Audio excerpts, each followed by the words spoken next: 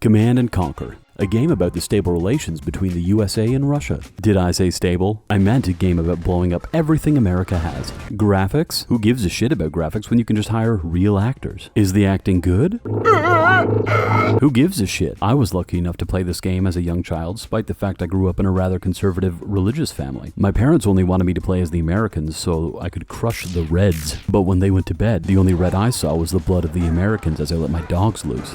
Command & Conquer allows you to destroy almost everything you see. So not only can you do your objectives, but you can also mercilessly attack civilian buildings. Just like real Russians. Now I know what you're thinking. Relations between the US and Russia are pretty dicey at the moment, so I should play as the Americans. But, as a bloodthirsty Canadian, I will be playing the team that allows me to live out Nikola Tesla's dream of turning the Eiffel Tower into a giant killing machine. Since the Americans have a defense budget higher than the combined IQ of every Asian country, I figured it would be too easy. And just like my priest, I like things hard. You start the Russian campaign by paradropping soldiers a few blocks away from the Pentagon. Then the game throws you right into the action. The Marine Corps War Memorial? More like our War Memorial. Some will argue red is a better color because it's what we all bleed. I know red's a better color because it means they aren't pregnant. My radicalized cult-following parents forced us to watch VeggieTales as children. I believe that's why I hate tomatoes. How much stuff do you need to be happy? I don't know. I take sweet revenge on this drive-thru. And blow up some of the locals. Burger King is known for making people fat, and more so known for its lettuce. So they don't get sued, they called it McBurger Kong. Furries will later use McBurger Kong for some weird inflation toiletry porn. Don't Google that. One of the greatest innovations that the Russians have blessed us with is an ore miner but with a minigun attached to it. Nothing says work harder better than the fear of death. Red Alert 2 came out before it was offensive to blow up the Pentagon or the Twin Towers. Pentagon? More like Pentagon. I realized at this time that the Americans must be hacking my PC because every time I try to blow up these two random towers, my game crashes. I eventually get past the crashes, then I notice Building 7 is looking a little frail and weak and collapses with no assistance from me whatsoever. Coincidence? After I melt some towers with some jet fuel, an American has a schizophrenic nightmare and realizes that Russia isn't so bad after all. But in reality, I deployed a mind control device to fill their hearts and minds with McBurger Kong porn. They absolutely love it and join my side. After you mind control an American, they actually shoot better and are more happy to kill their former friends. Just listen. Let's do it! It turns out that the Koreans are not a fan of mind controlling your enemies, so they start to invade Russia. North and South Korea have joined forces in this game because there's nothing more than North Koreans hate than furries and McBurger Kong. Have I mentioned the music yet? This game will make you headbang harder than a priest in a confession booth. Imagine if the marching music for countries sounded like this.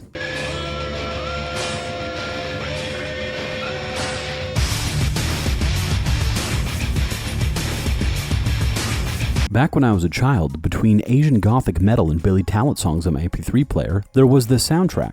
I only received nods of approval and got bitches. Wearing a trench coat and carrying around a ninja sword had nothing to do with it.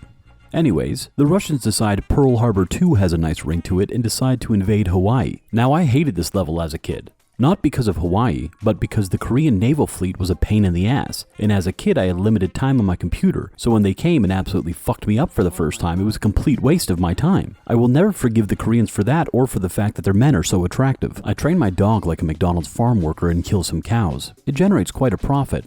Why are there cows on such a small island? Why is there a phallic bald spot on my face? The Americans develop a technology that will cause very bad sunburns to counter your technology of electric death coil. But joke's on them, I have a ship that endlessly produces rockets and SPF 100. One of my favorite things to do is to capture American buildings with my engineers. Not only can you start making units and buildings of the opposite team, but it also saves you several $1,000s in cost. Just like capitalism, why do something that costs a lot when you can do it faster and cheaper with a younger workforce? Anyways, I rip through the American Navy and it gets me the win. I question how easy it was, but then realize that the only Hawaiians I know of are The Rock and Michael Reeves. This next mission is what Canadians call a classic. We have to destroy the White House. Now, during one of the cutscenes, one of our generals betrayed us because our military leader is being mind-controlled by Yuri. It isn't obvious.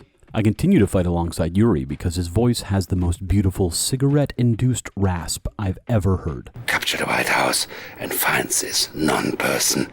So I take the White House, along with some other buildings, And then we learned that the Americans pulled Albert Einstein away from doing his commissions. And then he invented a teleporting machine. Then with that teleporting machine, they decided to attack the motherland directly. This battle lab is fun. Not only do we offer great work benefits, but they also created a really fun tank called the Apocalypse Tank, which shoots social justice warrior tears and absolutely cripples the hearts and bodies of Americans. This fucking mission throws you in a complete 360.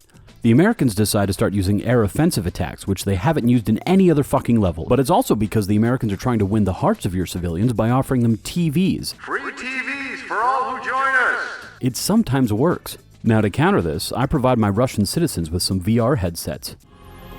It's the only place that feels like I mean anything. Victory was easy as hell. From our 4chan intel, we learned that the president has escaped the White House attack somehow and is going to pull a Bin Laden and go live in some tunnels. Yuri wants me to mind control the president so we can tell the rest of the world that Russia has good pussy. This level is also hard because it only starts you off with 2 mind control units. I learned how to cheese my way around this level, staying just out of the range of the sunburn generators and blow up their power so they don't work anymore. Something I noticed about this game is that there's a shit ton of military bases around normal cities. I find it strange that they would have critical points of military intelligence that are prone to attacks surrounded by a shit ton of civilians. Our spy balloon tells us that the Americans are now developing a technology to control the weather. The beach, however, is more heavily guarded than the cure for depression, so Yuri gives me a simple solution: a fucking nuclear bomb. Unit ready.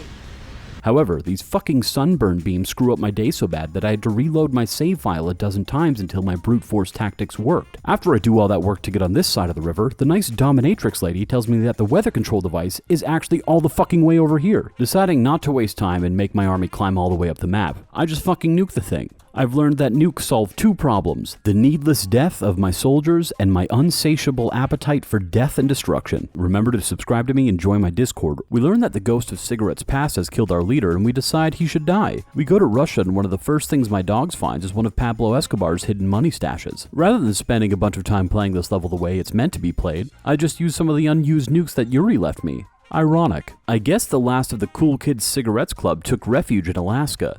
A place I've never trusted. And we begin the last mission. Just like a normal American city, there are power plants everywhere on this map. An even bigger eyesore is the snow. I storm a beach, again, and make quick work of everything around me. Their resistance is about as effective as a toddler in a gorilla pen. Since nobody actually lives in Alaska, I find it safe enough to use the last of Yuri's nukes. I really like nuclear weapons. The Americans put up their Michael Jackson face makers everywhere around their base. It turns out they're guarding Einstein's spank bank. I blow it up without remorse. I win the game and become premier of the world. Now, I could actually play through the American campaign, but the 2 stories contradict each other. You see, being the player, they call you general in the game. Being the general, you actually decide the fate of the world. If you pick the Americans, they win, so I don't do that. I would have picked Canada, but we aren't an option. Perhaps because our tundra-scorned wasteland doesn't have a large enough standing military, but I believe it's because they fear being probed by our weapons, which are mostly made of the bones of our families and ice. Also, they unfortunately already used the color red, and we all know red is Canada's color. Anyways, now that my Google search history is filled with furry shit and things that I have no doubt the FBI look for when they do a counter-terrorist mission, I'm going to uninstall Google Chrome and start using Microsoft Edge. Thank you for watching. See you next month.